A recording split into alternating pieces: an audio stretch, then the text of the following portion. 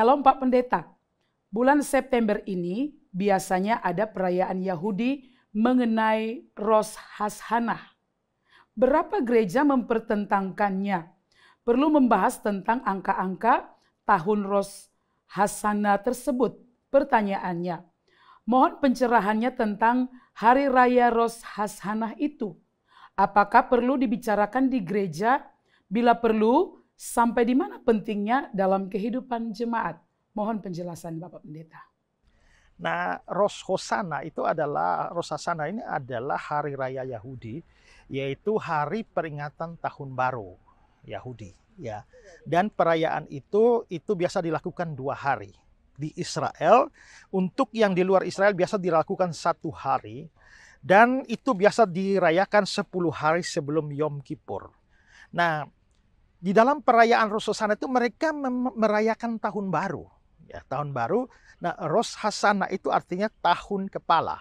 Jadi pertama. Dan mereka memperhitungkannya itu dari anggapan pandangan Yahudi bahwa kalender mereka 5783 sebelum Masehi. Nah, itu dipakai untuk perayaan.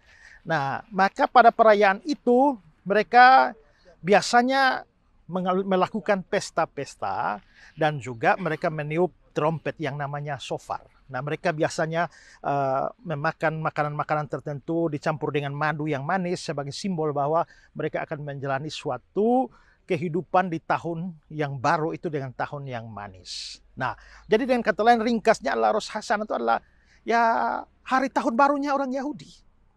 Nah, pertanyaannya adalah bahwa apakah itu ada urusannya dengan kekristenan? Tidak. Itu kan kebudayaan. Sama seperti orang Arab itu mempunyai kalender sendiri dan ada tahun baru Hijriah misalnya ya, tahun baru Arab. Atau orang Chinese juga, itu mempunyai tahun barunya sendiri karena perhitungan tahun sendiri seperti hari Imlek. Nah, orang Yahudi juga punya perayaan itu. Nah, lalu sekarang kalau kita kan dunia pada umumnya memakai kalender Gregorian. Sehingga kalau di dalam kalender Yahudi itu masuk Rosh Hashanah itu di bulan Tisri. Bulan Tisri itu antara September atau Oktobernya kalender Gregorian kita.